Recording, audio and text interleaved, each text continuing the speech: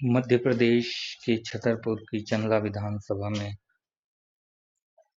Samajwadi party के राष्ट्रीय अध्यक्ष क्या बोले, आइए सुनते हैं।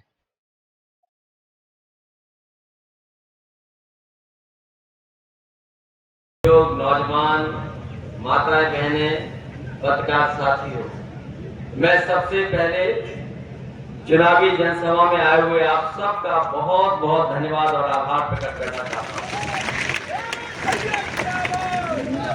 ये चुनाव शुरू होने के बाद समाजवादी पार्टी और हमारी पहली जनसभा दिखाई दे रही है और मैं जनसभा में देख रहा हूं जहां मैदान में बड़ी संख्या में लोग दिखाई दे रहे हैं। हमारे दाएं से लेकर के बाएं बड़ी संख्या में लोग हैं, लेकिन इससे ज्यादा मैं देख रहा हूं यहां पर लोगों में उत्साह बहुत दिखाई दे रहा है, यहां जोश दिखाई दे रहा है। और ये चंदला विधानसभा, ये हमारे उत्तर प्रदेश के बॉर्डर की बिल्कुल बगल की विधानसभा है।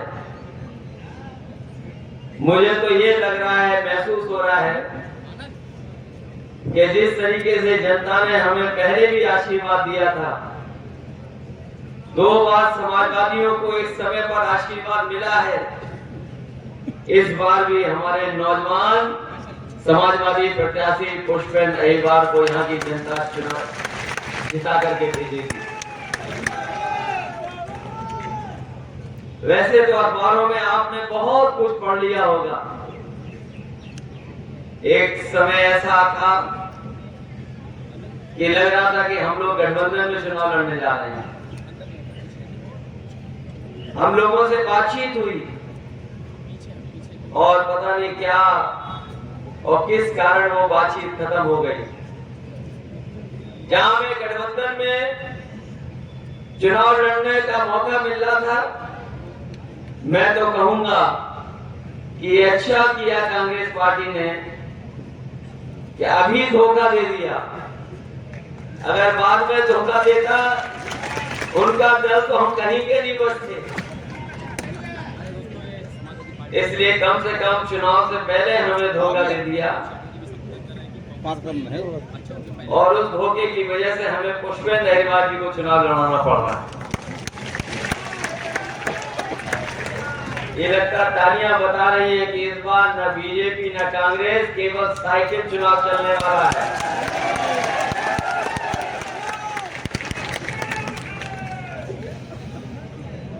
जब मैं आपके यहाँ आ रहा था और सुबह जब मैं उठा और अखबार को मैंने देखा, हालांकि अंग्रेजी अखबार तो यहाँ कोई नहीं पढ़ता होगा, किसी ने नहीं पढ़ा होगा, हमारे पत्रकार साथियों को तो पता होगा, लेकिन जैसे ही मैंने सुबह 6 बजे अंग्रेजी अखबार उठा करके देखा, उसमें जो फ्रंट में सबसे बड़ी खबर थी, वो खबर कांग्रेस पार्टी के एक नेता के नाम से मिलती जुलती खबर थी। जिनके नाम में ही कमल हो, जिनके नाम में ही कमल हो, तो उनसे क्या उम्मीद कर सकते हो आप? और हम तो कहेंगे पत्रकार साथियों, अखबार पढ़ लेना अंग्रेजी का, जो कल ही इंटरव्यू दिया है और इंटरव्यू में जो छपा है, मुझे नहीं पता कि मध्य प्रदेश की जनता इस बात को कैसे लेगी, लेकिन उत्तर प्रदेश की जनता तो समझती है। अगर दूर से भी कोई बात कही जाती है तो जनता समझ लेती है कि किस दिशा में आप जा रहे हो। जिनके नाम में ही कमल हो, तुमसे क्या उम्मीद करोगे आप? वो बीजेपी की भाषा ही बोलेंगे, कोई दूसरी भाषा नहीं बोलेंगे। और हमें जो जातिवादी कह रहे हैं, समाजवादी लोग कभी जातिवादी नहीं हो सकते। समाजवादी लोग तो हर वर्ग के लोगों को साथ जोड़ करके साथ चलने का काम करते हैं, वो कभी जातिवादी नहीं है। अगर कोई पलटी मार रहा है अपने सिद्धांतों कार्यक्रमों से तो वो दूसरे दल हैं। हमने अपने पहले वादे में कहा है और मैं आज कहता हूं आपसे, जो सभी दल इस पे बोलने लगे हैं, हमारी पार्टी का मानना है कि जब कभी भी हम लोग सरकार में आएंगे या सरकार बनाने में सहयोग करेंगे, सबसे पहले अगर कोई फैसला लिया जाएगा तो फैसला होगा कि हमारी जातियां गिनी जाएं और जातियां गिन करके जिसकी जितनी आबादी है उसके साथ उसको हक सम्मान मिलना चाहिए। ये हमारा पहला वादा है। और जब से समाजवादियों ने बोलना शुरू किया है, अब सब दल बोल रहे हैं कि जाति जनगणना होनी चाहिए। जो दल जाति जनगणना नहीं कराते थे वो भी कह रहे हैं जाति जनगणना हो, और जिसने देश में आजादी के बाद जाति गणना रोक दी वो भी दल कह रहा है कि जाति गणना होनी चाहिए। और बिहार के बाद तो वो बात शुरू हो गई है कि अब तो देश में वही सरकार बनेगी जो जाति जनगणना कराने का काम करेगी, क्योंकि बिना जाति जनगणना के सामाजिक न्याय मिलना संभव नहीं है।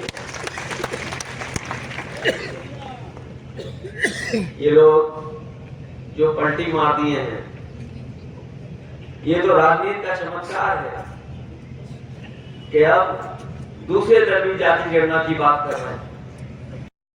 लोग, नौजवान, माताएं, बहनें, पत्रकार साथियों, मैं सबसे पहले चुनावी जनसभा में आए हुए आप सबका बहुत बहुत धन्यवाद और आभार प्रकट करना चाहता हूं। ये चुनाव शुरू होने के बाद समाजवादी पार्टी और हमारी पहली जनसभा दिखाई दे रही है, और मैं जनसभा में देख रहा हूं जहां मैदान में बड़ी संख्या में लोग दिखाई दे रहे हैं। हमारे दाएं से लेकर के बाएं बड़ी संख्या में लोग हैं, लेकिन इससे ज्यादा मैं देख रहा हूं यहाँ पर लोगों में उत्साह बहुत दिखाई दे रहा है। यहाँ जोश दिखाई